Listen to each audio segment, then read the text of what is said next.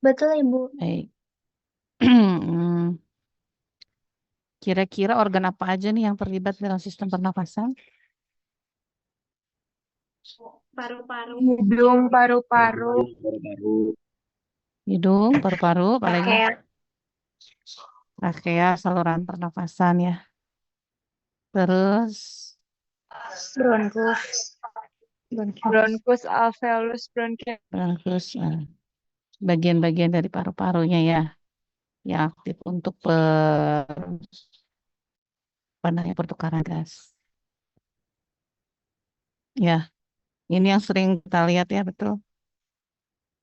Organ untuk sistem reproduksi gitu ya, sistem sistem respirasi atau sistem pernafasan.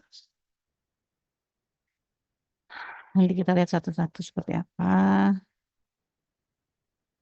Nah, intinya di dalam pernafasan itu apa yang terjadi?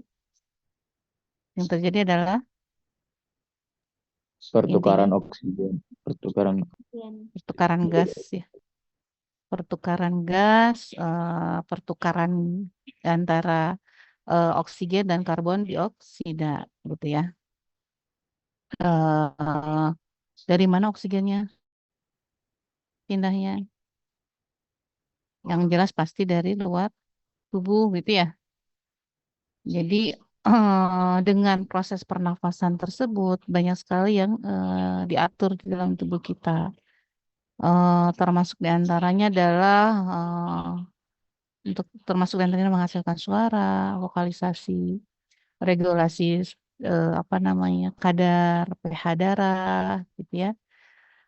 Dan eh, hal lainnya yaitu bagaimana saluran pernafasan ini juga nanti memproteksi tubuh kita dari patogen. Ya, tadi sudah betul di bagian apa organ-organ pernafasan itu ada mulai dari hidung, rongga hidung, kemudian nostril tuh lubang hidungnya, terus rongga mulut, laring, gitu ya. Ada faring, laring, trakea. Kemudian ke bagian paru itu ada paru tuh ada yang sebelah kiri dan ada yang sebelah kanan. Terus di sini juga ada yang namanya eh, apa nih namanya lapisan diafragma. Nanti kita lihat fungsi dari berbagai eh, organ ini seperti apa. Ini yang mungkin ada nih hidung dan strukturnya hidung ya. Bagian atas yang dekat dahi disebutnya adalah urut akarnya. Ini yang panjang, ini tulang hidung disebut bridge-nya. Apa sorry, dorsum nasi. Sebelah sini yang area dekat di antara halis itu disebutnya adalah bridge-nya. Ya, kemudian dan ini bervariasi ya kalau bentuk mah gitu. Ya. Terus di sini kan kalau dilihat tulang-tulangnya, kalau bagian ujung hidung ini adalah tulang rawan. Kalau yang sebelah sini baru tulang sejati ya, flat, tulang yang bentuknya flat. Sebentar.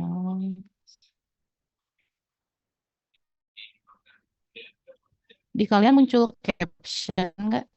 Ada tulisan di bawah di Zoom-nya kalian ada nggak? Nggak ya? Cuma di saya aja berarti.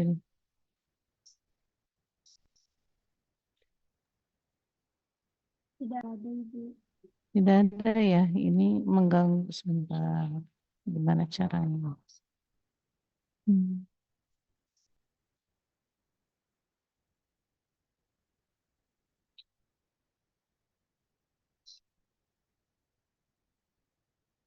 Hmm.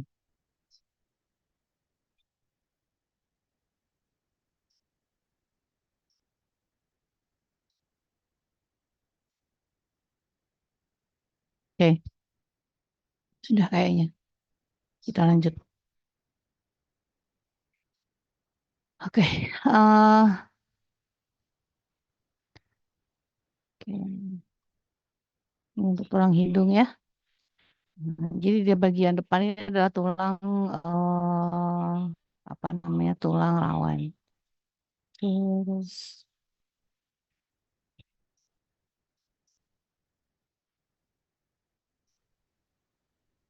ah, ada beberapa tulang di sini selain yang tadi ada di jelasan sebelumnya, ada beberapa tulang yang membentuk dinding pada rongga hidung yang nantinya akan jadi suatu rongga yang disebut dengan paranasal sinus. Nah, ini yang punya fungsi untuk nantinya menjaga kelembaban dan kehangatan pada rongga hidung dari udara yang keluar dari luar.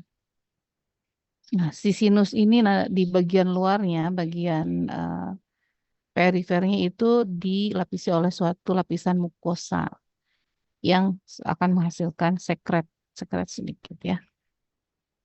Ah, ini setiap paranasal sinus ini ada beda-beda namanya. Ada yang apa namanya frontal sinus, ada sinus maksilaris yang dekat tulang maksilaris, terus ada sinus sphenoid dan ada ethmoid sinus ya. Nah, kalau kalian pernah dengar apa yang disebut dengan sinusitis? Pernah? Penyakit. Pernah dengar ya? Pernah Ibu. Ketika ada peradangan pada area-area sinus ini ya, mungkin ada karena pengeluaran penumpukan penumpukan cairan sekret gitu ya, terus terjadi peradangan di sini bisa area-area tersebut bisa terisi oleh cairan. Itu yang bisa menyebabkan rasa nyeri, gitu ya. Nah, kalau eh, ini kayaknya kalau untuk bentuk dari sel,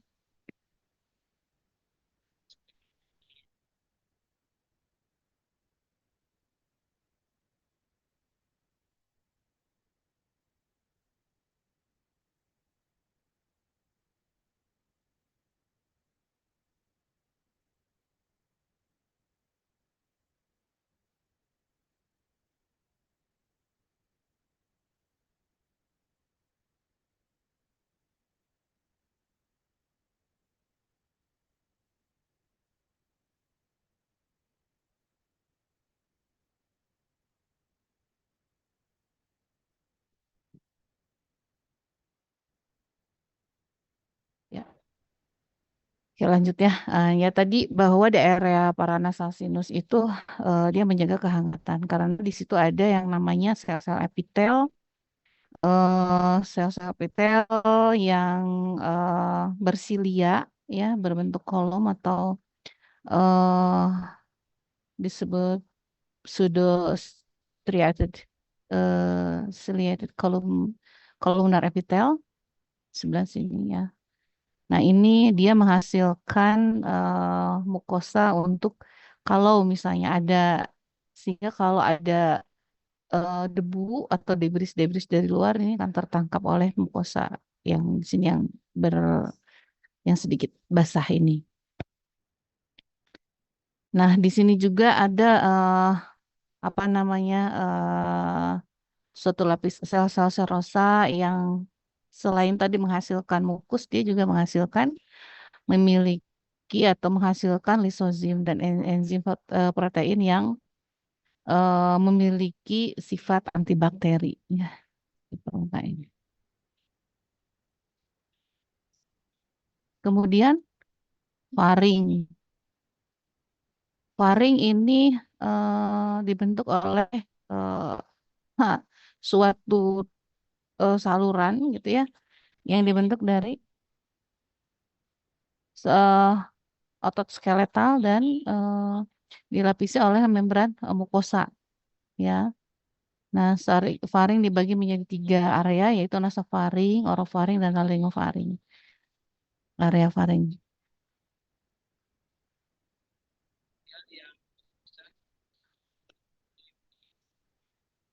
Oke. Kemudian trakea. Kalau trakea, Trakea ini terbentuk dari potongan-potongan tulang rawan yang berbentuk seperti huruf C, gitu ya. Ini trakea. Ini adalah potongan-potongan rawan dan disatukan oleh suatu jaringan koneksi atau jaringan ikat yang rapat, gitu ya. Sedangkan cabang dari bronkial dia juga dilapisi oleh suatu lapisan yang tadi seperti tadi epitel kolumnar yang bersilia. Nah, ini juga menghasilkan sel-sel goblet yang menghasilkan mukosa ya. Nah, fungsinya dari bronki ini adalah sebagai apa? eh, eh, jalur gitu, jalur untuk keluar masuknya udara, masuk ke dalam masuk dan keluar dari si paru-paru, gitu ya. Nah, sehingga di sini kalau ada tadi sel kolumnar tadi, fungsinya agar tidak ada debris atau debu yang masuk ke dalam paru-paru. Ini suaranya kedengaran yang dari luar nggak? Mengganggu ya? Nggak. Ah, ya. Bagian terakhir yang penting, eh eh, nggak terakhir sih ya, ini sebelum ke alveoli, ini ada cabang dari bronkial. Nah, ini bronchialisnya ini adalah eh, cabang dari tadi batang bronkial. Dia ini memiliki diameter yang lebih kecil, kira-kira hanya 1 mm. eh dan ini dia nanti berujung pada yang berhubungan langsung nanti dengan alveolinya, gitu ya. Oke.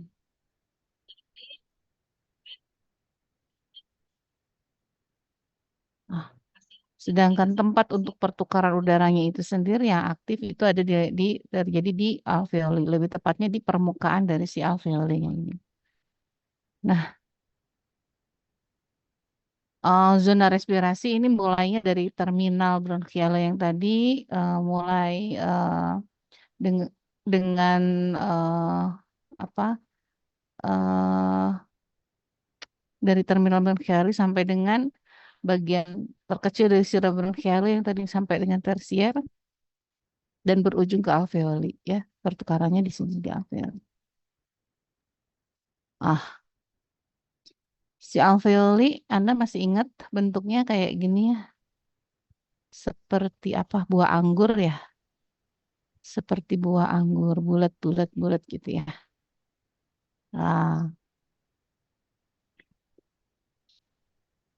nah si alveoli ini eh, apa namanya?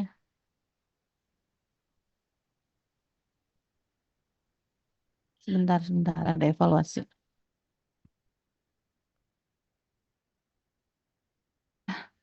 Jadi ductus apa tadi nyampe ya? Ductus alveoli ya atau saluran alveolar disebutnya adalah saluran yang menghubungkan antara kantong alveolus atau kantong alveolar dengan bronchialis. Bisa keluar. Ini terdiri dari atau kantung alveolar, ini terdiri dari alveoli yang tadi yang dia yang aktif atau yang melakukan pertukaran gas melalui proses difusi. Ini terjadi di permukaannya. Ini hanya alveolus itu hanya dilapisi oleh satu lapisan sel dengan ukuran 200 mikrometer, dan ini yang dinding dari si alveolus ini dia memiliki lapisan yang elastis sehingga mempermudah si alveolus untuk eh, stretch, untuk me- apa eh, meral gitu ya selama pengambilan udara, proses difusi gitu ya. Nah, ada beberapa tipe sel alveolar sebetulnya di dalam tubuh kita. Ada yang tipe 1 tipe 1 ini adalah suatu sel squamous epitel yang eh, paling banyak apa namanya tipenya yang mencapai 97% dari semua sel di dari jenis alveoli ya. Karena yang satunya itu tipe 2 ini dia hanya sekitar 2%, 2-3% pada orang dewasa ya. Ini memang berbeda antara orang dewasa dengan masa anak-anak. Masa janin ini yang paling banyak adalah tipe 2. Kalau udah dewasa paling banyak adalah tipe 1 dan ini yang paling permeabel terhadap gas. Kalau yang tipe 2 ini dia menghasilkan surfaktan, itu cairan fosfolipid dan protein yang mengurangi tekanan pada permukaan alveoli. Ini pada anak-anak pada masa janin memang mendominasi karena memang pada masa janin eh, apa paru-paru kita yang terisi air ya. Ada juga di sana adalah sel-sel makrofag, yaitu sel imun yang memfagosit secara langsung apapun ada debris ataupun patogen yang mencapai ke alveoli. Walaupun misalnya sudah disaring di hidung, sudah ada saringan di trakea, sudah ada saringan lagi tadi di bronkus. Tetap aja mungkin ada debu. Nah, ini pertahanan akhirnya oleh makrofag alveolar. Nah, ini apa namanya? Ini adalah bentuk paru.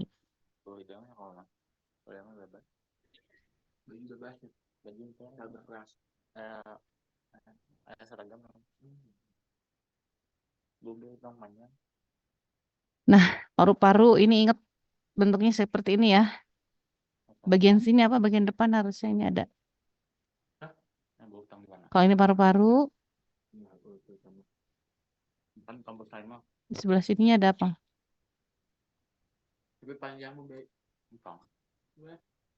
Ada apa? Ini suara kalian kecil atau di saya ya?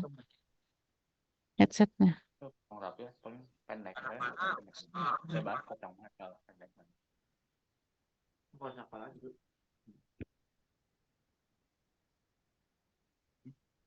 Hmm.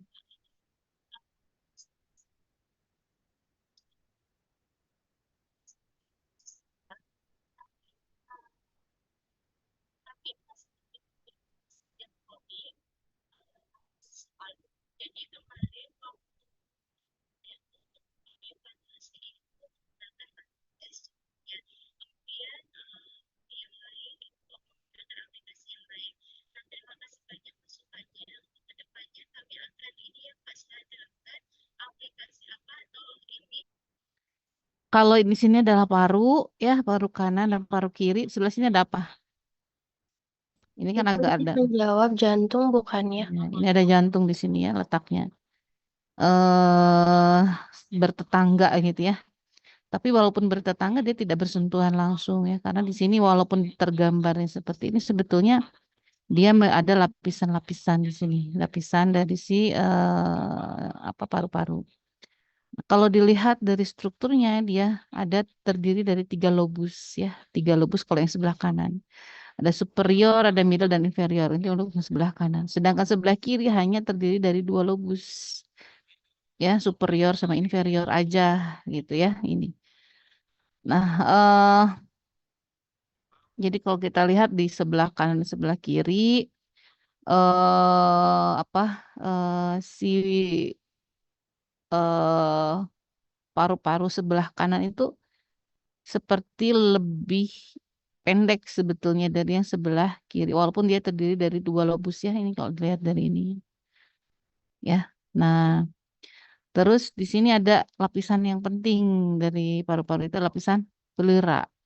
Karena nanti pertukaran gas ini tergantung pada ada beberapa hal, diantaranya adalah tekanan intrapleura. Eh, nah, kemudian ada di bagian paru-paru ini per apa namanya percabangan dari pembuluh darah ini penting juga di paru-paru karena memang untuk membersihkan atau melakukan pertukaran gas pada darah itu pentingnya adalah itu tadi darah yang dibawa oleh kalau dari jantung itu melalui apa arteri pulmoner masuk ke dalam paru-paru.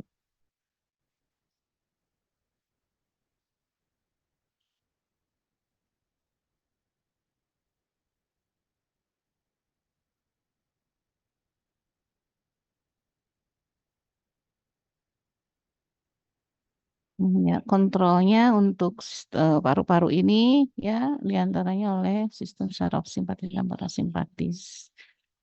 Ini yang mengontrol proses dilatasi dan konstriksi dari paru-paru. Ini ya tadi lapisannya.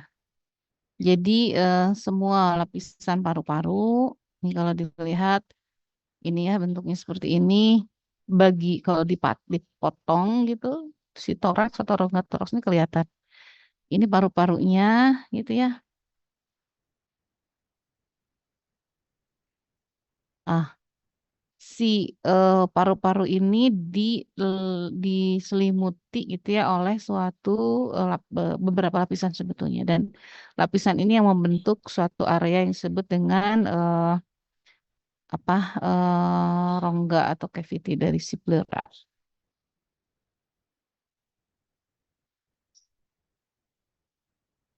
Nah, ini kan tadi paru-parunya ini ya. Ini ada lapisan yang pertama yang paling dalam atau yang dekat ke paru, sel paru. Sebentar sambil ngecas. Ini adalah lapisan dari pleura visceral.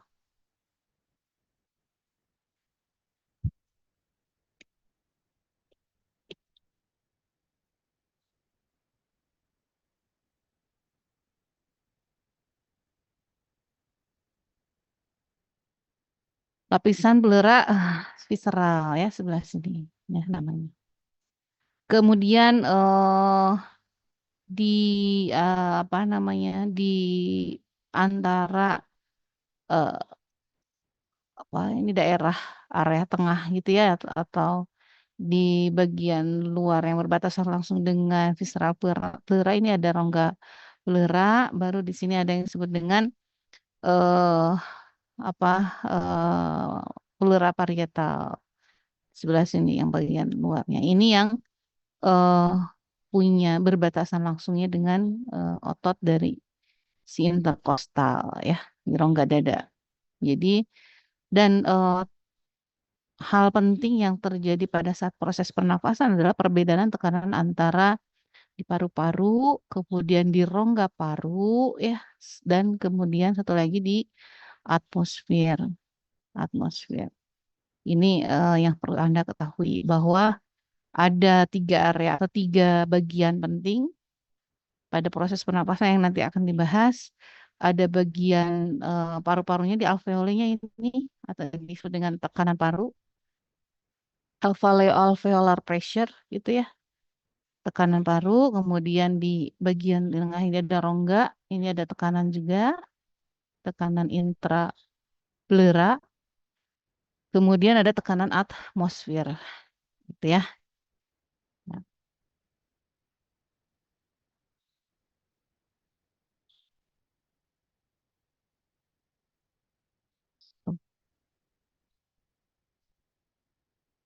hmm.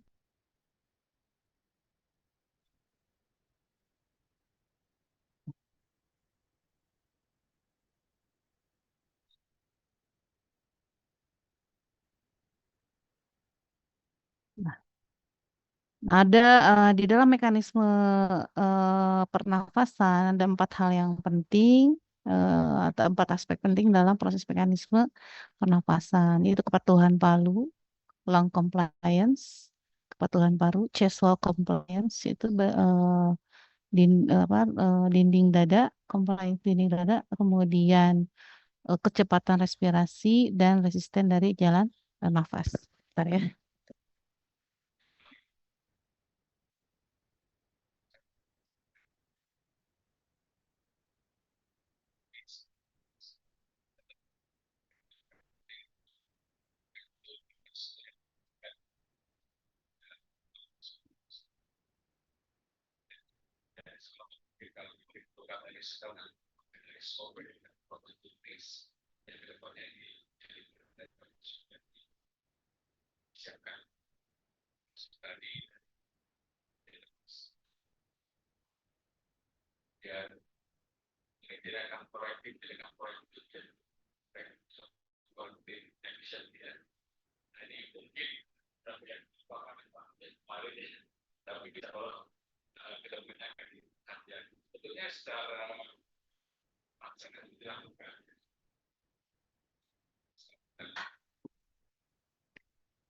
Kita lihat satu-satu. Ya, sorry ya. Baterainya dua-duanya habis. Soalnya kalau di sini nggak bisa pakai kalau nggak pakai tethering jelek wifi-nya. Oke. Nah, masing-masing rongga tadi memiliki apa namanya peran perbedaan tekanan pada masing-masing rongga yang tadi, termasuk ke dalam atmosfer ini memberikan suatu hubungan perbedaan tekanan antar ruangan, dan ini yang mempermudah atau menyebabkan terjadinya proses pernafasan, gitu ya. Secara garis besar itu ada dua proses pernafasan tuh. Ada apa aja? Proses pernafasan tuh. Yang pertama adalah proses apa? Inspirasi dan ekspirasi ya, Bu. Inspirasi dan proses ekspirasi. Ya, dan di sini eh, apa terjadi perbedaan tekanan antara perubahan tekanan antara proses inspirasi dan ekspirasi. Yang dibicarakan adalah pastinya tekanan antara udara luar atau atmosfer dengan yang ada di paru-paru, ya. Di mana pada di paru-paru ini tekanan paru itu ada intrapleural dan ada yang di sini di tekanan pada apa antar di alveoli ya, di area paru. Nah ini jadi kalau dilihat dari strukturnya kan tadi, kalau dilihat tadi kan seolah-olah si pleura memang si apa sih rongga pleura ini sangat tipis ya. Ya, tapi di situ karena dia rongga, di situ ada udara dan itu ada tekanannya seperti ini. Jadi ini adalah intraalveolar pressure atau tekanan intraalveoli. Kemudian di sini ada tekanan intrapleura gitu ya, dan di udara luar sekitar itu adalah tekanan atmosfer. Nah, ketiga area ini berbeda kan tekanannya ya. Nah, tekanan atmosfer itu sekitar 700 mm, 760 mm Hg. Gitu ya, 760 mm Hg. Dan ketika kita bicarakan tentang tekanan di intrapleura atau di paru-paru di intraalveolar, kita selalu membandingkannya dengan tekanan pada atmosfer gitu ya. Nah, intraalveolar pressure, tekanan intraalveolar itu sekitar 760 sama dengan tekanan pada paru. Kalau misalnya karena dia sama, biasanya disebutkan intraalveolar pressure itu adalah 0 mm Hg karena dibandingkan dengan tekanan paru-paru. Jadi 0 mm Hg di sini di intraalveolar. Sedangkan di apa ini rongga rongga pleura, di rongga pleura itu tekanan intrapleuranya dibandingkan dengan atmosfer itu 4 minus 4 mm Hg. Karena di sini tekanannya sebenarnya ada 760 756. Jadi kalau misalnya kita bicara ini tekanannya adalah sekitar 756 dikurangi dengan 760, makanya di sini disebut negatif 4 mm Hg. Ya, ada juga yang disebut dengan tekanan transpulmonari.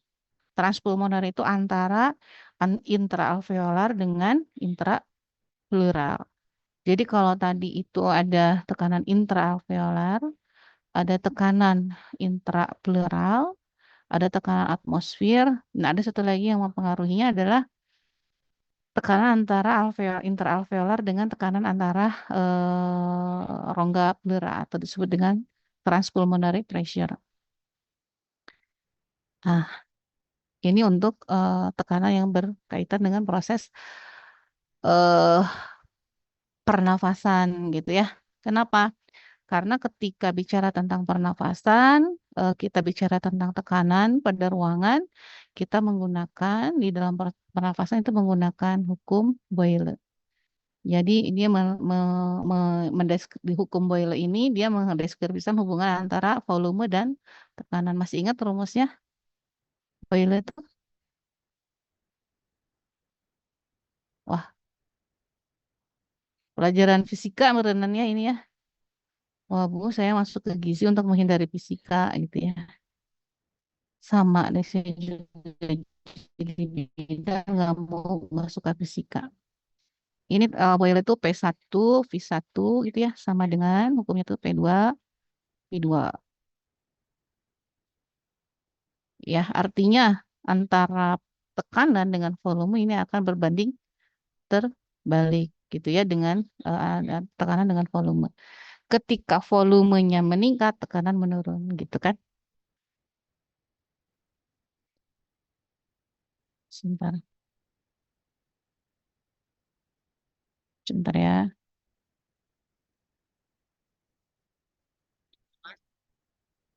Sebentar. Tunggu.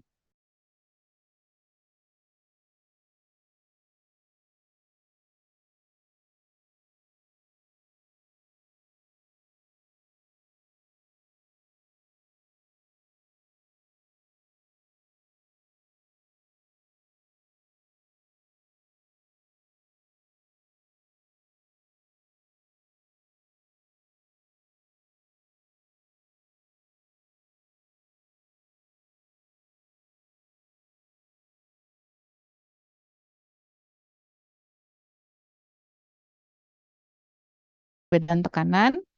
Nah, di mana kalau pakai hukum Boyle katanya tekanan itu berbanding terbalik dengan volume. Jadi kalau volume itu meningkat, maka tekanannya dalam satu ruangan itu akan menurun tekanannya. Ya. Dan kalau misalnya volumenya menurun, tekanan akan meningkat.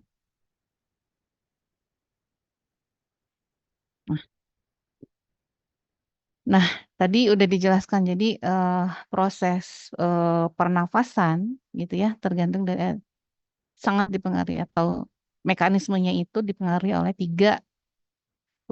tergantung pada tiga tekanan ini. Tekanan di atmosfer, intraalveolar atau di dalam paru-parunya itu sendiri dan intrapleural. Ya, tadi area yang sudah kita lihat. Ya, di sini ya. Oke, sampai situ dulu ada yang mau ditanyakan?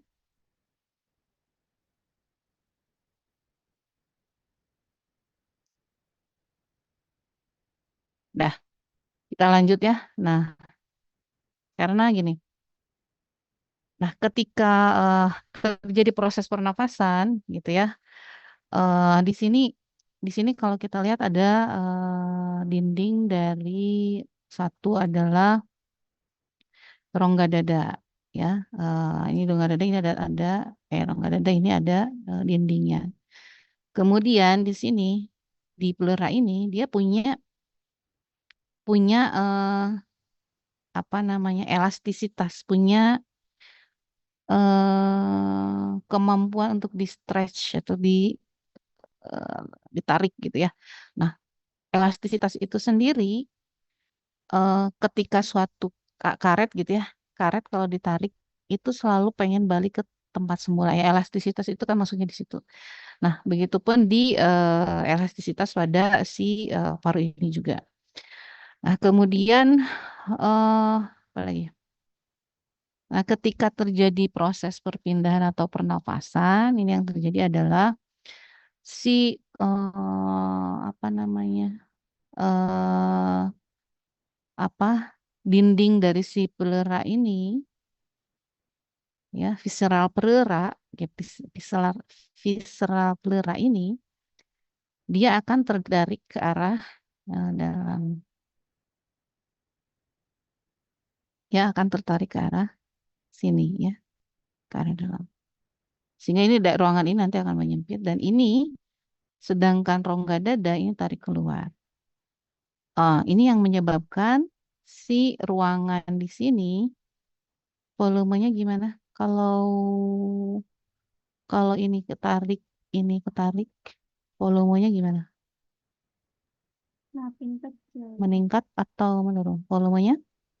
Meningkat. Volume akan meningkat ya. Volumenya akan meningkat. Apa yang terjadi dengan tekanan di sini? Tekanannya akan menurun gitu ya. Turun. Ya kan tadi pakai hukum Boyle gitu ya. Oke. Ini sampai situ dulu. Nah, eh sedangkan diafragma, ini diafragma ya. Ini diafragma, dia ketika terjadi proses inspirasi, diafragma ini akan terdorong keluar juga, ya terdorong keluar. Sehingga di sini juga ada menambah lagi bahwa mau area ruang pleura ini pasti akan meningkat volumenya dan tekanannya akan menurun, gitu ya.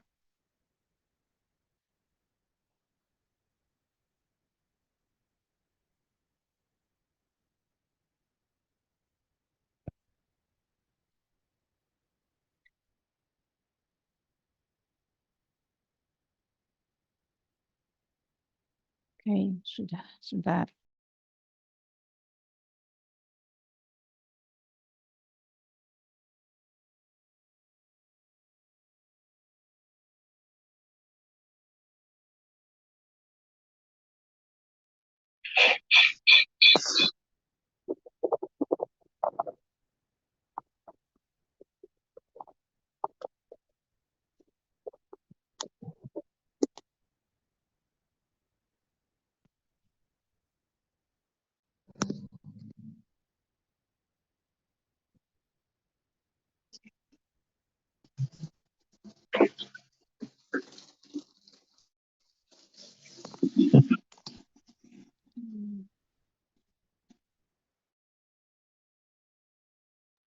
Nah, baik. Nah, ya, jadi ini yang terjadi pada proses yang namanya inspirasi. Jadi volume pada tadi rongga dada ini akan meningkat, tekanannya akan menurun, ya. Proses inspirasi ya mulai terjadi. Nah, kontraksi pada area otot eksternal dari si torak.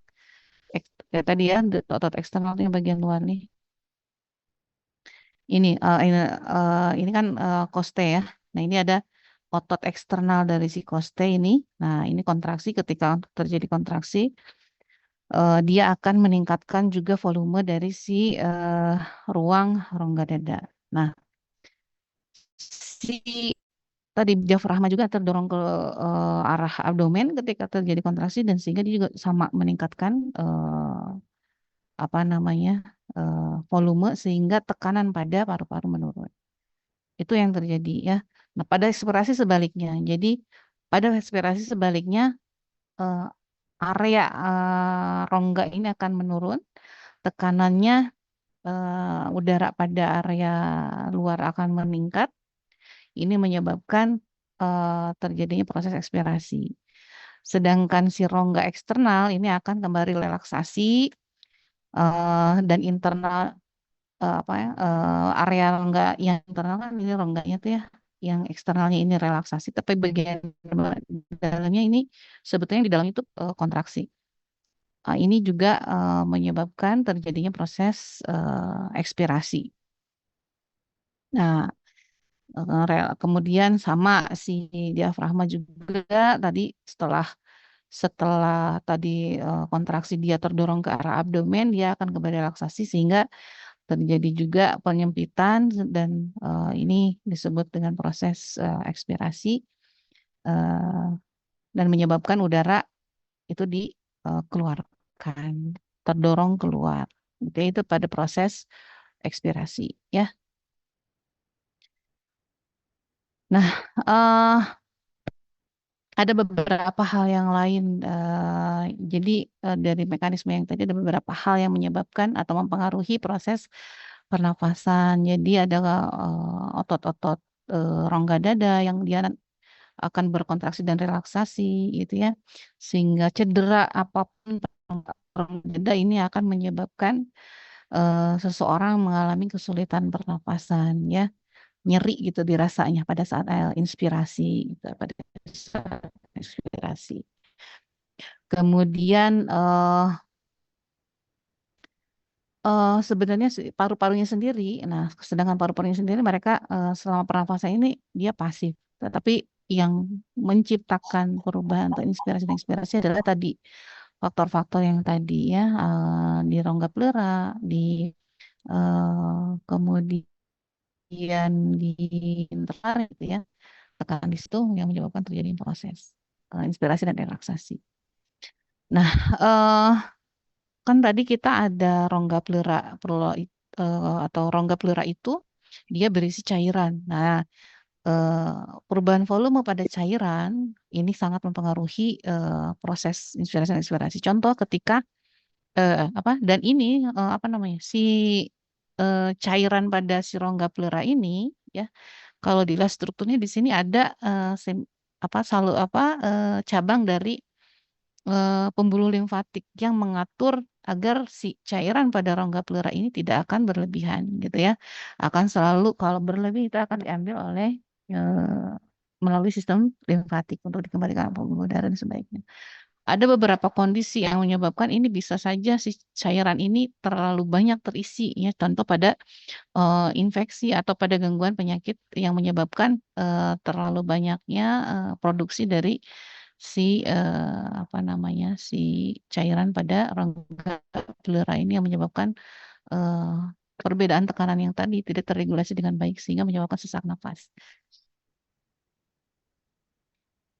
Itu ya, ini tadi sudah dijelaskan untuk mekanismenya. Oke. Kemudian tadi diafragma juga penting untuk menciptakan suatu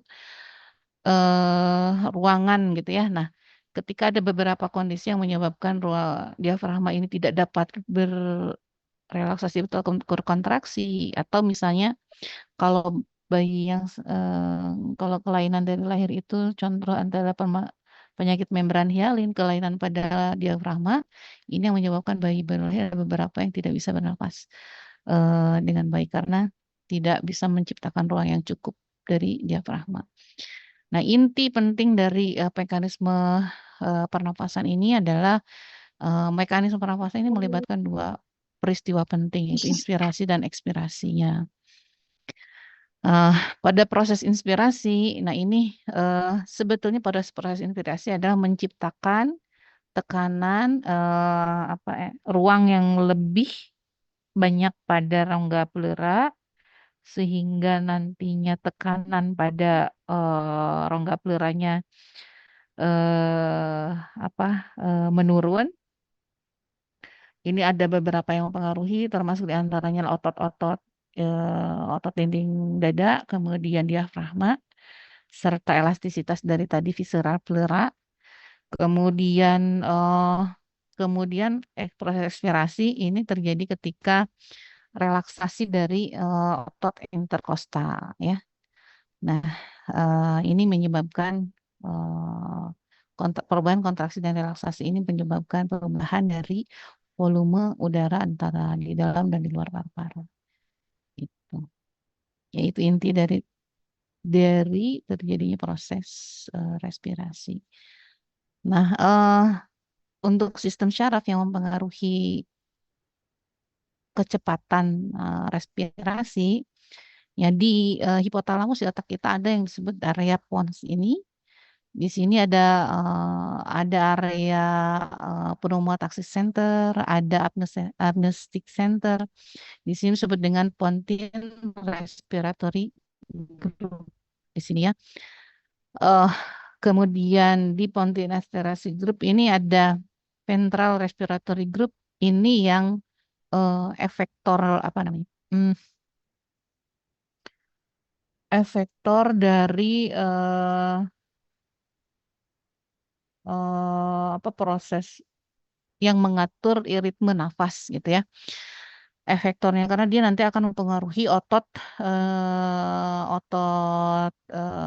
pada area pernafasan di interkosta yang di dada, kemudian pada diafragma juga dipengaruhi oleh ventral respiratory group, dan dorsal ini memerintahkannya, dia yang mengatur. Jadi begitu ada perintah atau ada stimulus gitu ya. Stimulusnya nanti kemana? Ke DRG dulu, dorsal respiratory group ini yang nanti mempengaruhi ventral respiratory group untuk tiba-tiba meningkatkan ritme pernafasan ketika memang tubuh memerlukan gitu ya. Misalnya ada kode atau ada stimulus yang mengatakan bahwa tubuh kita hipoksik gitu, kekurangan oksigen misalnya karena kita eh, menggunakan energi berlebih ketika berolahraga misalnya ya. Itu kan menimbulkan ketika kita berolahraga itu ada yang namanya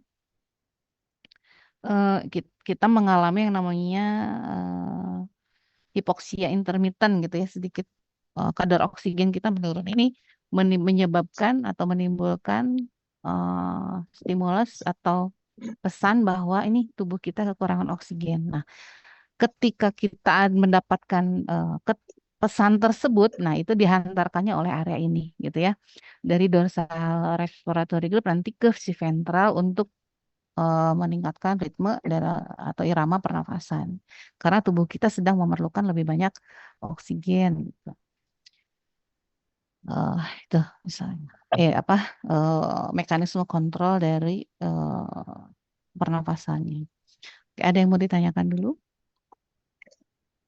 Sampai situ kita dari mekanisme pengaturan pernafasan dari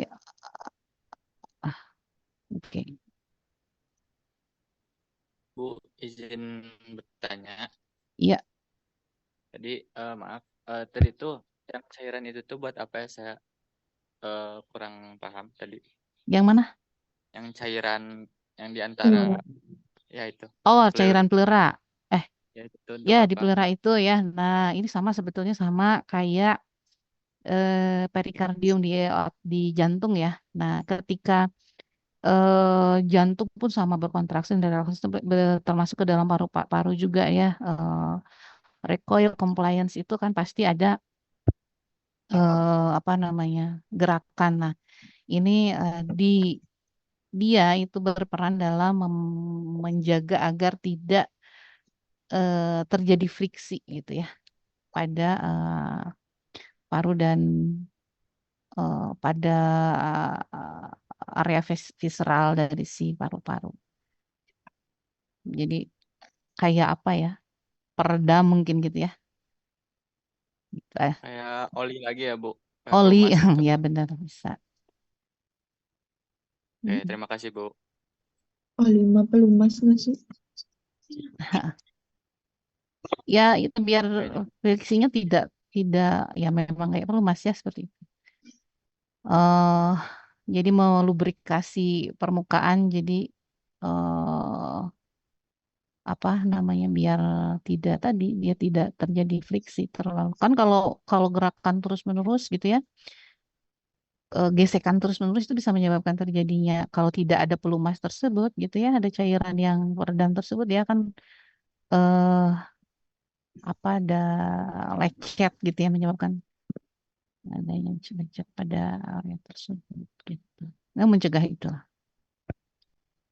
Bu, kalau dan cairan itu memudahkan. masuk, Hah? maaf. Kalau cairan itu masuk ke dalam paru-paru gimana, Bu? Cairan apa?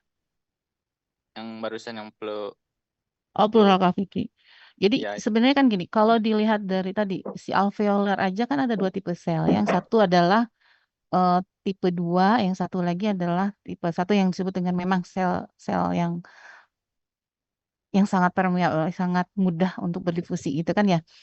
Nah, yang tipe 2 ini juga kan dia memang menghasilkan cairan Pulang. gitu ya. Cairan Udah juga pulang. hmm? 2 minggu nggak pulang. Sebulan. 2 minggu lebih. Mm-mm. Siapa?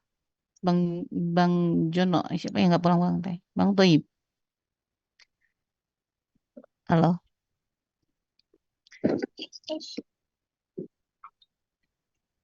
Ya, ini ada suara di mute dulu tuh. Riris, orderannya nanti kirimin aku ya. Oke. Aku kelas lagi. Enggak kelas sih, aku tuh di pagi deh. Mau bantuin.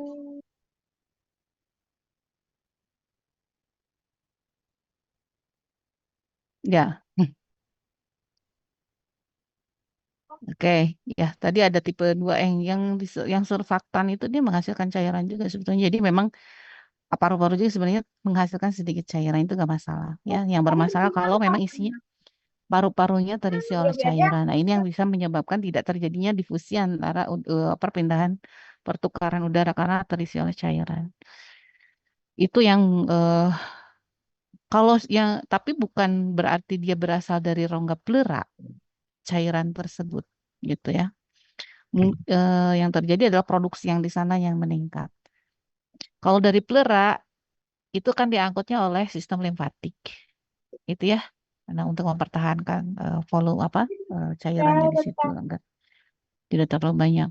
Mungkin saja terlalu banyak kalau ada infeksi di daerah pleura.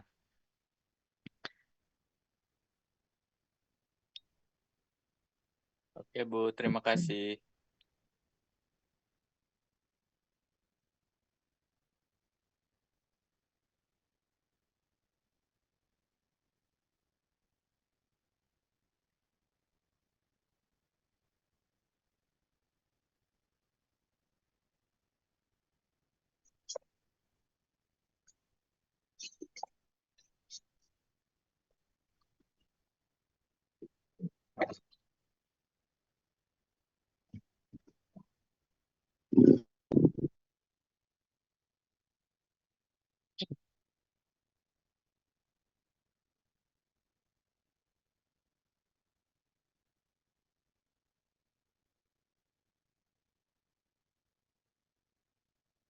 Iya. Nah, oke. Udah, tidak ada yang ditanyakan lagi. Ada orang yang kalau orang sesak nafas ya kalau misalnya ada infeksi paru atau ada hmm, ada yang disebut dengan evolusi pleura, penyakit evolusi pleura itu kalau cairan pada pleura ini terakumulasi dan ini penyebabnya macam-macam gitu ya. Apakah ada gangguan pada mekanisme tadi ketika harusnya berlebih itu dikeluarkan melalui sistem limfatik dan itu bisa terjadi obstruksi tidak terjadi gitu ya. Atau masih misalnya ada sel-selnya yang berlebihan untuk menghasilkan cairan atau karena adanya sel kanker di situ pada sel paru dia menghasilkan banyak eh, cairan di sana ataupun penyakit inflamasi yang sistemik bisa menyebabkan juga terjadinya efusi pleura. Nah, ini sangat berbahaya untuk seorang pasien kalau misalnya sudah mengalami efusi pleura. Ya bisa menyebabkan nyeri dada, pernafasannya terus pendek-pendek karena cepat dan batuk-batuk juga di situ. Itu yang bisa uh, menjaga tekanan untuk terjadi proses pernafasan. Maaf bertanya lagi.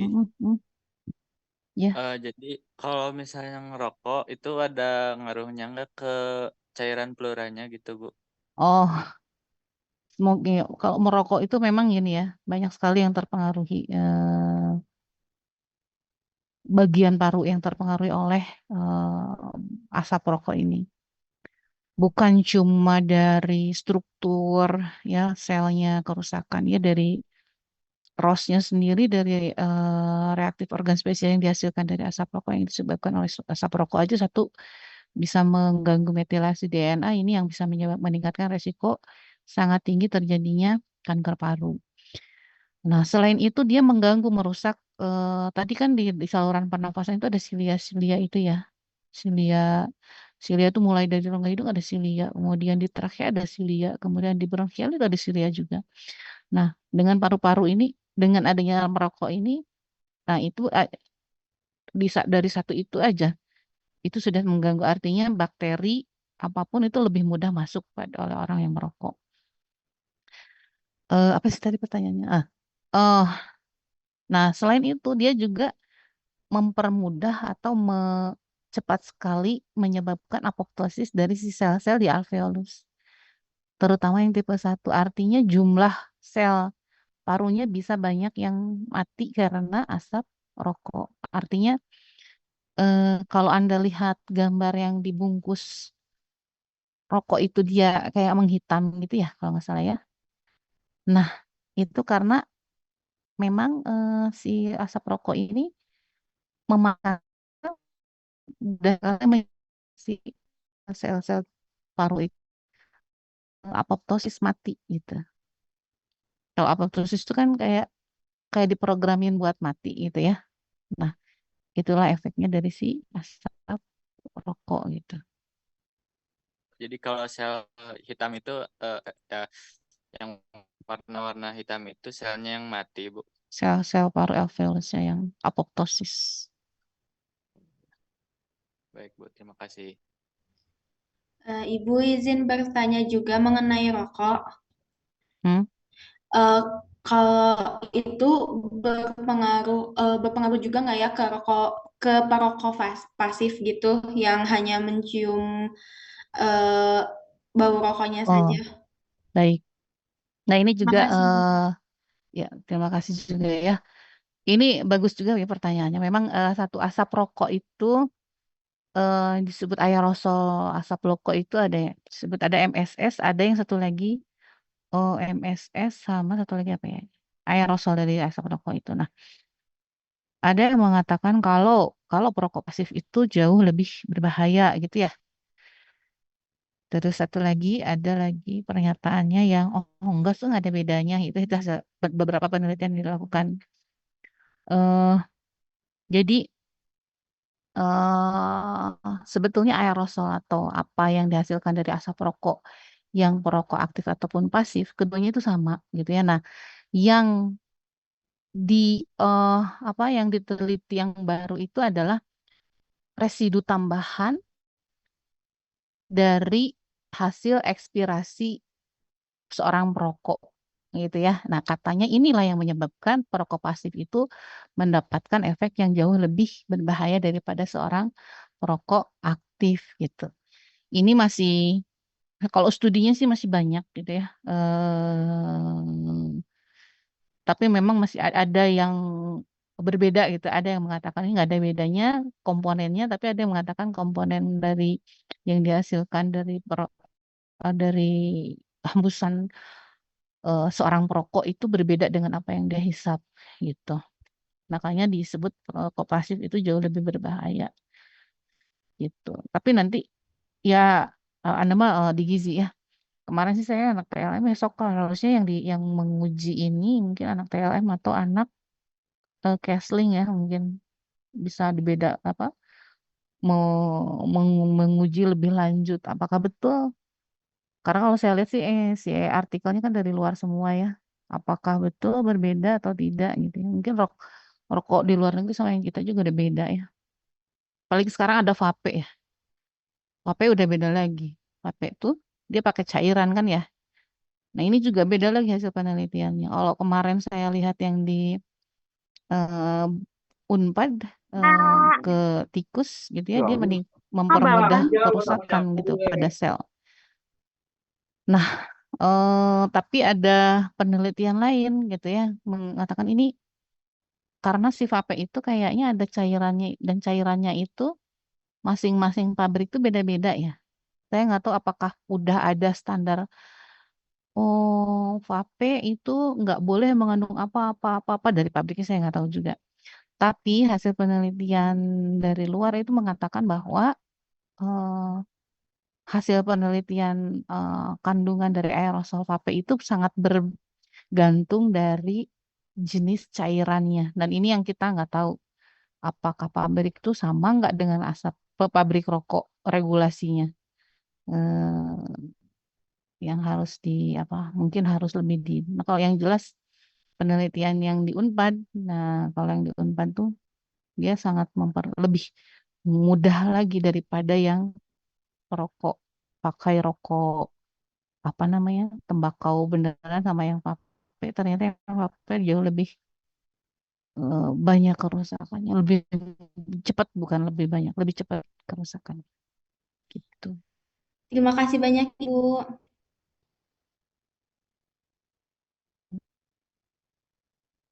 Jadi kalau Anda merokok, lah berarti ya.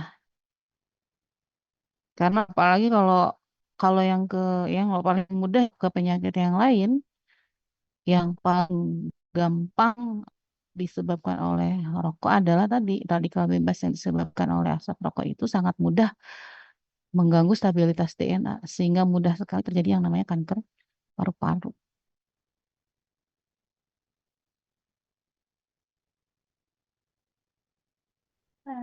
Sebelumnya Ibu izin bertanya, Ya, apakah suara saya terdengar? iya, gimana? Baik, Kecil suara. sebelumnya perkenalkan nama saya Natasha Sulistiani dari kelas 1A. Izin bertanya, Ibu kan kebanyakan sekarang tuh kayak orang-orang yang lagi pada olahraga badminton tuh banyak yang ngerasa engap gitu. Nah, Engap, bahkan iya. Nah, bahkan ada beberapa orang tuh yang sampai stroke itu tuh kira-kira stroke. kenapa ya Ibu? Oke, kelas ini tuh udah belajar kardiovaskuler belum ya? Udah belum kardiovaskuler? Sama Pak Willy ya? Bukan. Kalau nggak salah di RPS itu sama Pak Willy ya kardiovaskuler ya? Iya, Ibu. Nah, udah sempat dijelasin belum? Baik, nah, kayak sekilas aja ya kalau belum belajar kardiovaskuler. Tapi ini gangguan pada sistem kardiovaskuler ya itu bukan cuma pada jantung ya, tapi itu juga pada pembuluh darah. Nah, si beratnya beban jantung itu bergantung juga sama pembuluh darah karena ketika jantung memompa itu kan yang dipompakan adalah ke salurannya adalah pembuluh darah ya. Nah, eh, yang terjadi saat ini adalah banyak sekali orang-orang yang tidak menyadari bahwa pembuluh darahnya itu sudah ada kerusakan. eh Apa mungkin tanpa disadari si penumpukan lemak pada pembuluh darah tersebut sebenarnya sudah mempengaruhi beban jantung bertahun-tahun gitu ya. Makanya banyak yang sekarang mengalami serangan jantung mendadak. Sebetulnya nggak mendadak sih. Dia sebenarnya sudah terjadi sih kerusakannya gitu ya. Kerusakannya hanya tidak menyadari aja. Karena tidak pernah memeriksakan diri ya. Terutama ini terjadi pada usia 40 tahun ke atas. Tapi memang tergantung satu dari pola hidup juga dari seseorang gitu ya. Kalau tidak bisa menjaga diri. Nah, apa yang terjadi ketika berolahraga gitu kan beban jantung Anda tuh ketika berolahraga lebih lebih berat ya. Ya ada yang disebut dengan cardiac output. Cardiac output itu adalah volume darah yang dikeluarkan setiap kali jantung berdenyut dalam 1 menit. Yang normalnya adalah 4.200 dan ini akan selalu meningkat kalau Anda membutuhkan lebih banyak itu ketika berolahraga contohnya. Itu jantung tuh bisa sampai dengan 11 ribuan liter. Nah, ketika ketika seseorang dia beraktivitas sangat tinggi gitu ya, aktivitasnya sangat tinggi. Olahraga beban jantungnya aja sudah meningkat ya, denyut jantungnya sudah meningkat. eh karena bertahun-tahun si pembuluh darahnya ada penyempitan. Terus ketika berolahraga nih eh orangnya apa olahraga apa terutama bulu tangkis nih ya. Bulu tangkis tuh kan ada beberapa kondisi yang apa perilaku sederhana yang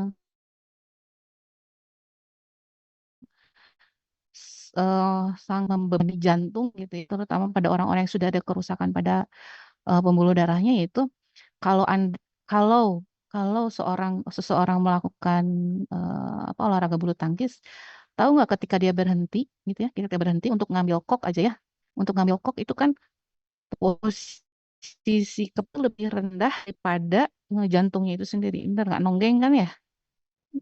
nonggeng kan ya. Nah, itu sangat padahal kalau lagi olahraga itu denyut jantung lagi cepet, aliran darah itu lagi kenceng gitu kan ya. Terus berhenti dulu nonggeng kepalanya, eh, aliran darah ke jantung yang sudah bebannya berat itu tambah berat lagi meningkat gitu karena dari posisi aja yang itu bisa menyebabkan berarti yang kedua ketika aliran darah itu sedang kencang-kencang terus orang tuh biasanya duduk langsung gitu ya. Di otot, di semua bagian tubuh kita aliran darah itu sedang kencang-kencangnya, denyut jantung itu sedang meningkat. Terus da, eh, duduk atau ngoler, posisi yang bisa menyebabkan beban jantung itu meningkat juga. Kemudian olahraga juga ya, misalnya udah olahraga kencang-kencangnya, aliran darah sedang kencang-kencangnya gitu ya, terus capek kan, capek terus pengen minumnya yang dingin ya. Nah, ketika masuk ke dalam saluran di kerongkongan itu kan letaknya ketika mau masuk lambung itu kan dekat dengan bagian depannya itu dekat dengan pembuluh-pembuluh darah yang ke jantung kan ya, daerah situ. Nah, ketika dikasih rangsang berupa aliran dingin gitu ya, airnya dingin kan, air es itu dia pembuluh kontriksi nih. Padahal lagi kenceng-kencengnya. Konstriksi itu artinya memang menyempit gitu ya karena ada rangsang dingin. Apa akibatnya? Beban jantung meningkat lagi. Itu yang sangat mempermudah orang mengalami serangan atau gangguan serangan jantung pada saat melakukan olahraga gitu ya. Tanpa disadari gerakan-gerakan yang sederhana gitu ya atau olahraga yang tidak terukur dan tidak teratur ya. Kalau orang bilang olahraga itu adalah olahraga. Saya udah voli itu olahraga. Bulu tangkis olahraga. Tapi tidak pernah olahraga yang teratur dan terukur. Olahraga yang teratur dan terukur tuh kayak gimana? Teratur terukur itu harus olahraga kardio yang diukur nih denyut jantungmu berapa. Yang maksimal jangan sampai melebihi denyut jantung maksimal. Dihitung dari heart rate dikurangi usia dikalikan dengan 75%. Tidak boleh melebihi itu untuk kesehatan jantung. Nah, yang sekarang terjadi adalah orang-orang nggak pernah kan olahraga seperti itu.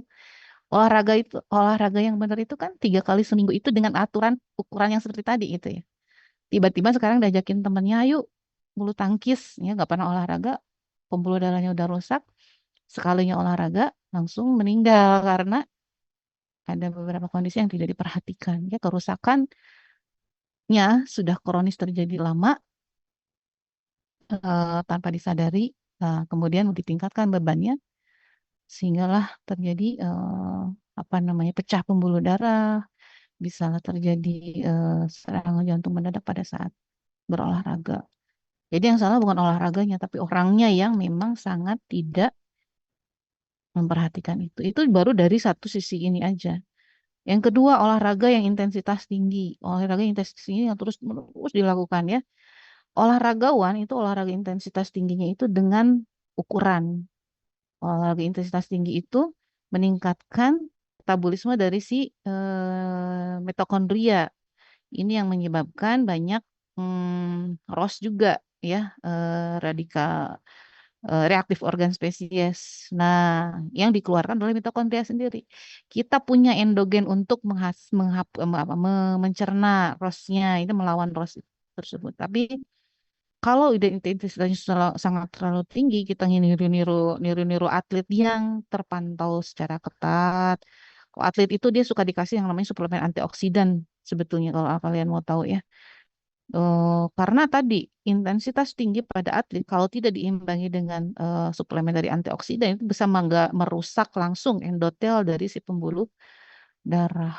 Nah, kerusakan pada endotel pembuluh darah ini yang menyebabkan kerusakan penyakit vaskuler pembuluh darahnya yang rusak. Itu meningkatkan resiko lagi terjadinya penyakit kardiovaskuler, jantung, hipertensi dan lain-lain. Gitu ya. Nanti mungkin akan dibahas lebih banyak oleh Dok Pak Willy ya untuk sistem kardiovaskuler. Tapi itu untuk sekilas untuk diketahui. Jadi olahraga jangan sampai tidak teratur dan tidak terukur. Gitu. Baik, Ibu. Terima kasih banyak. Sini. Ya, siapa? Naila mau bertanya. Iya, Ibu. Terima kasih atas waktunya. Naila izin bertanya, Ibu. Ya, Eh, Naila putus-putus. pernah dengar kalau misalnya orang misalnya sering mandi malam-malam tuh bakal menyebabkan, oh, kalau sebentar, Bu.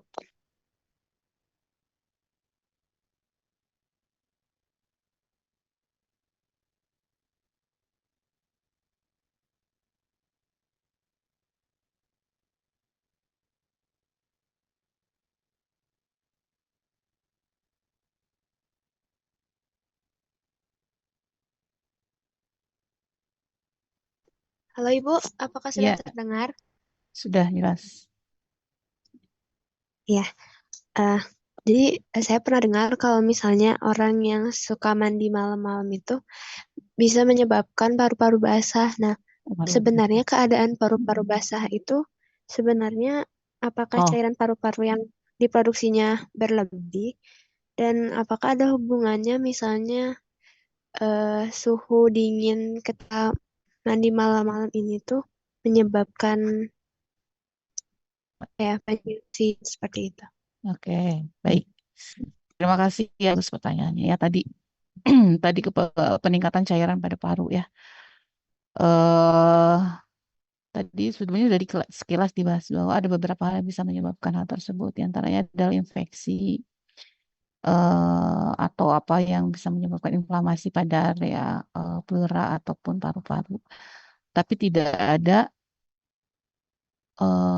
satupun hasil penelitian kalau mandi malam itu yang menyebabkan terjadinya paru-paru basah. Jadi paru-paru basah itu tadi sel yang nggak menghasilkan itu terganggu selnya. Kenapa dia menghasilkan cairan lebih banyak gitu. Dan yang bisa menyebabkan hal tersebut adalah bisa dari infeksi atau memang dari si paru-parunya tersebut memproduksi terlalu banyak karena ada tadi malignansi atau dari si kanker paru-paru. Jadi kalau dari mandi mah enggak gitu. Tapi kalau misalnya infeksi, kemungkinan kalau dari infeksi atau bakteri, apakah itu jamur, apakah itu dari infeksi hmm, bakteri ataupun virus,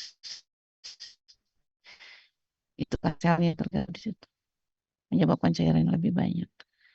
Jadi bukan karena mandi ya. Baik, Ibu, terima kasih. Iya,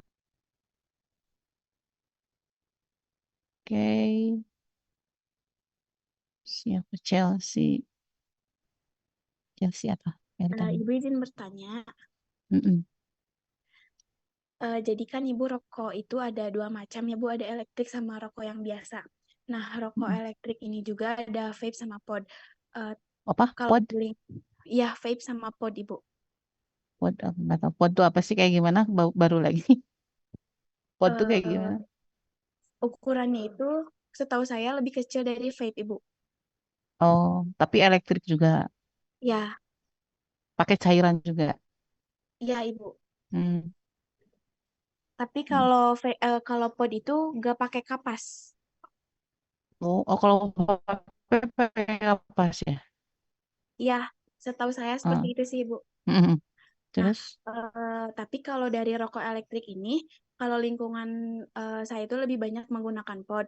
Nah, itu biasanya suka sakit ke mata saya, Ibu, kalau semisal ada yang Nah, eh, ngepod gitu istilahnya.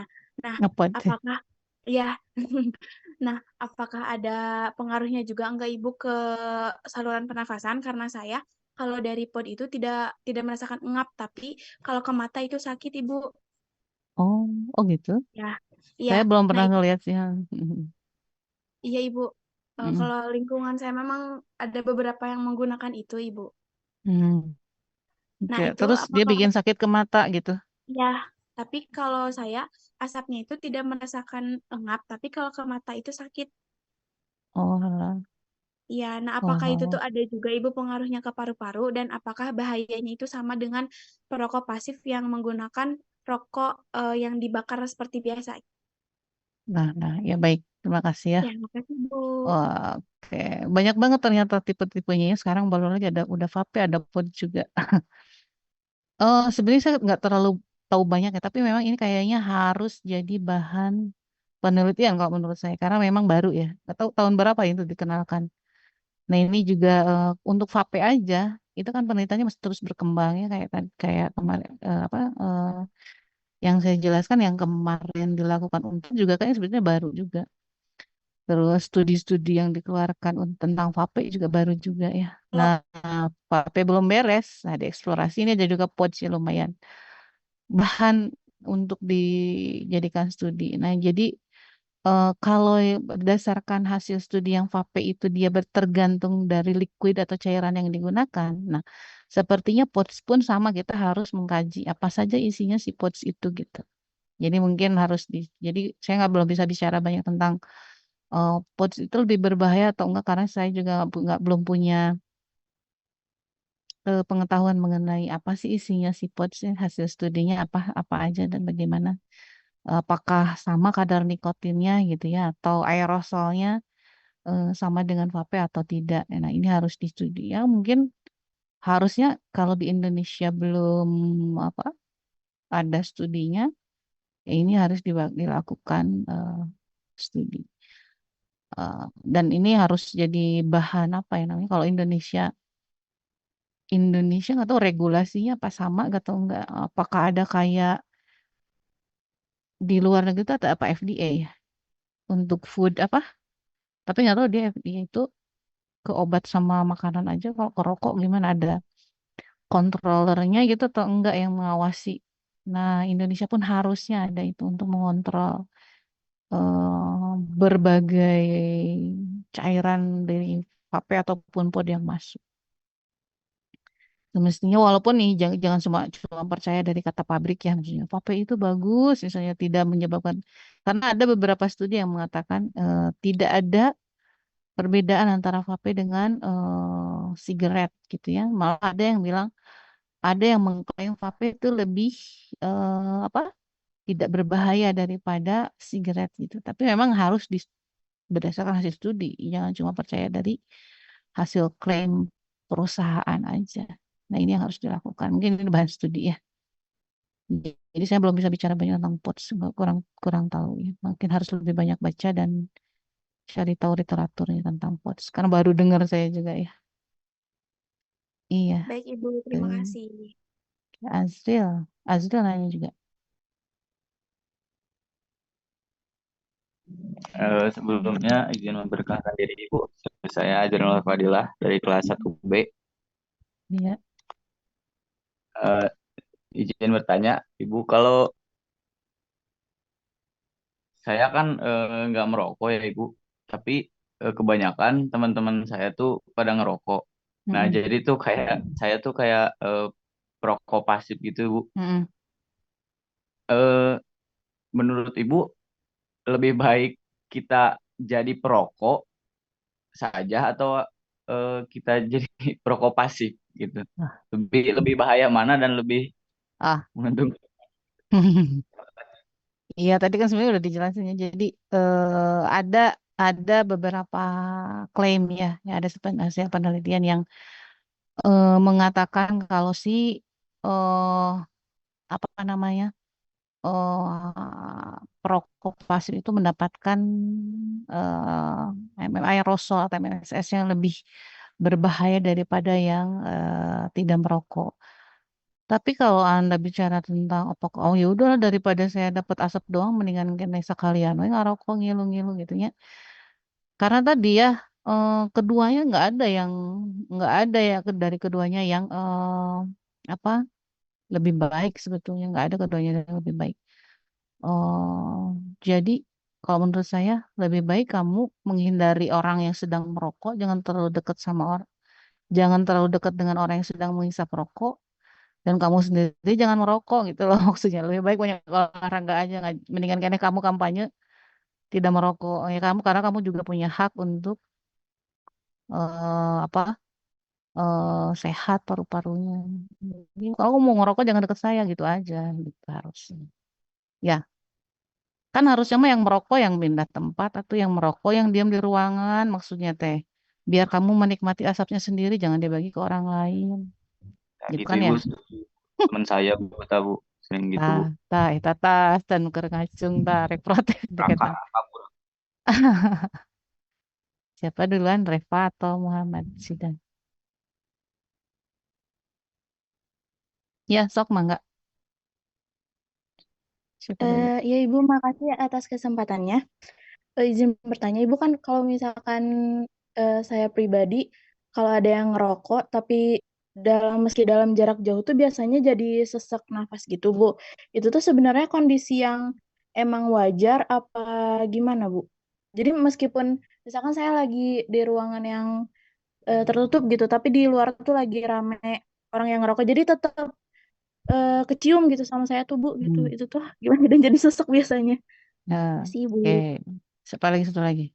Bebas sekalian. Eh, Halo Ibu, selamat siang. Sebelumnya perkenalkan Zidan dari kelas 1B. Em, Ya, Tanya Ibu, eh, ya. kan membahas mengenai perokok. Nah, Hmm. kenapa kalau misalkan saya itu dekat begitu ya dengan teman yang merokok tuh, kepala saya tuh suka jadi tiba-tiba pusing dan Hmm. eh, jadi gak enak gitu. Dan Ya, ini pusing. yang kedua tuh kan tadi sempat membahas mengenai cairan pleura pada paru-paru. Nah, sebenarnya cairan ini tuh diproduksinya tuh dari mana sih Bu asal cairannya itu, dan Oh, si cairan ini tuh memang diproduksi setiap saat tanpa henti atau memang ada waktu-waktu tertentu eh, mm, memproses cairan tersebut. Terima kasih Bu. baik. Ya, Alhamdulillah. Terima kasih banyak ya. Eh, tadi apa tadi tuh? Yang pertama ya, satu ketika kita tidak terbiasa dengan apa sesuatu itu pasti memang kita lebih peka, apalagi tubuh kita tuh apa kayak menolak gitu ya, kayak menolak cairan terus menolak asap tersebut. Itu hal yang normal gitu ya. Kemudian sama aja kondisinya ketika kita apa me- menghisap apa polusi ya, polusi dari siapa dari kendaraan gitu ya, karbon monoksida. Kemudian eh, apa yang dihasilkan dari udara yang dikeluarkan dari orang yang merokok itu akan bersaing dengan apa hemoglobin kita untuk saling berikatan dengan oksigen, antara oksigen dengan karbon monoksida sama aja seperti itu gitu. Jadi kita juga akan lebih mudah mengalami sesak nafas. Dan kalau Anda merasa sampai dengan sesak dan pusing ya artinya itu sudah terjadi itu tadi sudah ada saingan gitu ya, tubuh Anda harusnya mengikat oksigen, si hemoglobinnya ini berikatannya dengan karbon monoksida. Itu yang menyebabkan Anda merasa kekurangan oksigen. Makanya yang merokok tuh ya nggak boleh selfish. Orang yang tidak terbiasa dengan udara yang bersih gitu ya. Sekarang diberi polusi, diberi pesaing gitu.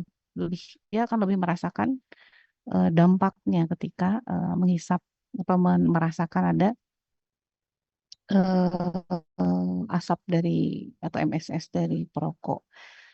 Nah, itu yang menyebabkan kita orang yang lebih apa, yang tidak pernah merokok itu jauh lebih apa mudah sekali sesak gitu, mudah sekali merasa pusing karena tidak terbiasa dengan hal tersebut. Ya beda dengan perokok yang sudah tubuhnya itu sudah menyesuaikan dengan kondisi yang hipoksia gitu sebetulnya. Jadi memang ya tadi sekali lagi jangan sampai yang merokok ini dia apa namanya eh jangan sampai si eh perokok ini egois gitu ya. Jadi kadang gitu kalau saya di jalan aja ya, terus saya bilang ke orang yang merokok tuh, Pak tolong jangan di sini merokoknya orang tuh ya kan itu pindah gitu, malah dia yang marah gitu ke kita. Padahal dia yang selfish, yang egois gitu. Kita hak saya untuk mendapatkan udara yang sehat, sedangkan kamu merusak udara yang sehat itu gitu. Itu apa namanya? Yang menyebabkan Anda mengalami sesak dan mudah sekali meraih pusing. Tadi yang sesak itu siapa? Saya Ibu Revalina. Reva. Ya kalau yang tadi itu siapa yang cowok teh? Muhammad Zidan. Bukan ya? Iya, Ibu Zidan. Nah, kalau Zidan udah sampai ke pusing, artinya oksigen ke otak pun sudah berkurang karena merasakan pusing karena akibat dari apa namanya, asap rokok tersebut yang sudah sampai mempengaruhi eh terjadinya apa namanya tadi ya, udah terpengaruh sampai ke yang di otak aja terpengaruhi. Oke, nah kemudian tadi tuh yang kedua adalah dari mana asal cairan dari pleura. Ya, ini akan dihasilkan, memang dihasilkan terus menerus, kemudian nanti akan dikeluarkan oleh sistem limfatik terus menerus secara apa namanya, sirkuler gitu ya, terus menerus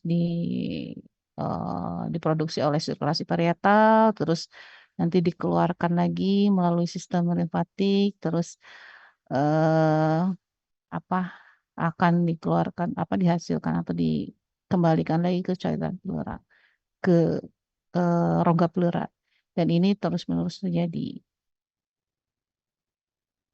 bersirkulasi itu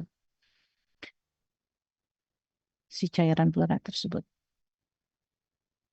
Beda sama apa ya? Hmm, cairan dari mukus, beda dengan cairan dari mukus yang ada dari sel-sel epitel, beda dengan cairan tersebut. Jadi dia lebih karena di sini di cairan pleura itu mengandung sel-sel apa, sel-sel white blood cell gitu ya, sel darah putih, ada makrofag, kemudian ada neutrofil, eosinofil. Nah, ini dihasilkan dari sirkulasi parietal aja.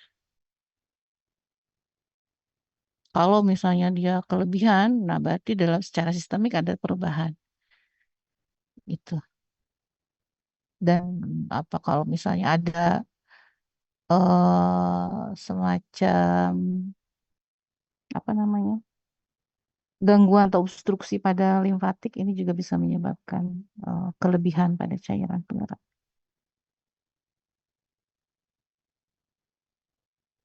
Itu mungkin tambahannya sedikit. Hmm. Terima kasih banyak Ibu. Ibu maaf boleh nanya satu lagi. Mm-mm. Ibu sebelumnya izin bertanya. Saya tuh sebenarnya menanyakan pendapat dan pandangan menurut Ibu. Mm-mm. Sekarang tuh banyak anak-anak kayak pelajar yang masih di bawah umur tuh sudah mulai merokok. Nah, tapi saya juga pernah ke warung gitu ya. Nah, di warung itu teh memang ada kayak makanan snack gitu yang emang kayak rokok mainan tapi bisa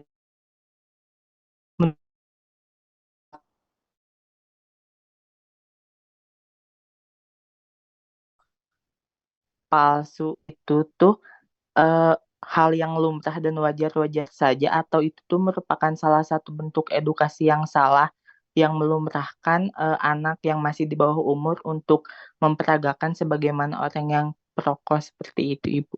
Mm-mm. Ya baik, terima kasih ya. Memang ini ya yang miris. Sebenarnya untuk jajanan anak-anak tuh yang banyak yang miris tuh saya nggak tahu kenapa kok bisa beredar tanpa adanya izin. Kalau saya lihat bungkusannya aja gitu ya, kan ada harusnya ada PIRT. Terus kalau izin tuh ya ada BPOM-nya gitu ya. Tapi ini banyak, kalau di kita sih banyak banget yang kayak gitu. Cuma diplastikin, dibungkusin kecil-kecil gitu aja ada di warung-warung. Ini sama, karena dekat rumah saya juga sama ada itu ya. Dan yang belinya banyak anak-anak. Kalau dari segi regulasi, ya seharusnya ini pengawasan dari BPOM. Untuk semua makanan yang beredar itu memang masih sangat sangat minim gitu ya. Karena bukan cuma dari segi satu eh, dengan adanya makanan yang mempermudah anak memperagakan merokok, bukan hanya membangun kebiasaan bahwa ini adalah hal yang wajar, tapi juga komponennya yang penting itu apa banyak banget selain yang rokok itu yang aneh-aneh ya. Kemarin saya karena ponakan saya bawa sesuatu gitu ya, makanan ini apaan lagi gitu. Kok nggak ada di bungkusannya tuh nggak ada sama sekali dari BPOM-nya kayak gimana dari PIRT-nya aja nggak ada, tapi ini bisa gampang banget makanan yang murah-murah gitu loh buat anak-anak. Ini pengawasannya sangat rendah sekali di kita untuk hal tersebut. Nah, ini sangat disayangkan. Termasuk diantaranya adalah tadi kalau yang makanan yang beredar seperti bentuknya kayak rokok aja dari satu sisi, bukan dari komponen aja ya, dari satu sisi untuk anak-anak itu mempermudah rasa penasaran atau meningkatkan apa namanya eh pembiasaan menggunakan apa merokok seolah-olah kayak kampanye terselubung untuk merokok lebih dini dengan menggunakan makanan yang dengan diiming-imingi adalah makanan anak-anak gitu. Nah, memang betul seperti itu. Kalau saya sih harusnya yang kayak gitu tidak usah beredar, buat apa makanan yang tersebut. Bukan cuma yang berupa rokok aja, tapi semua makanan anak-anak yang tidak ada izinnya, nggak ada tahu isi komposisinya apa saja, itu memang harusnya sudah diawasi dengan ketat, nggak boleh. Apalagi kalau kita nggak tahu dia pakai pewarna apa, karena nggak ada yang ngawasin. Kalau yang namanya produsen kan pengennya dapat untung banyak. Kalau dia ternyata apa namanya ternyata mm, menggunakan bahan berbahaya, makanya harus diperhatikan ya. Dan apa namanya fenomenanya juga sekarang kan mirisnya banyak sekali anak-anak yang mengalami kanker darah dari masa anak-anak itu. Mungkin saja kan kita nggak tahu. Pemicunya diantaranya adalah makanan-makanan yang banyak mengandung bahan karsidogen yang tidak diketahui. Karena tadi banyak makanan yang tidak eh, terlaporkan. Yang mungkin yang rame karena langsung efeknya dampaknya kelihatan anaknya keracunan. Tapi kalau yang enggak dampaknya menahun wallahu alam kayak ini. Harusnya sih enggak ada. Harusnya ini dalam pengawasan ketat. Orang kitanya aja Indonesia itu memang sangat rendah pengawasannya memang masih rendah.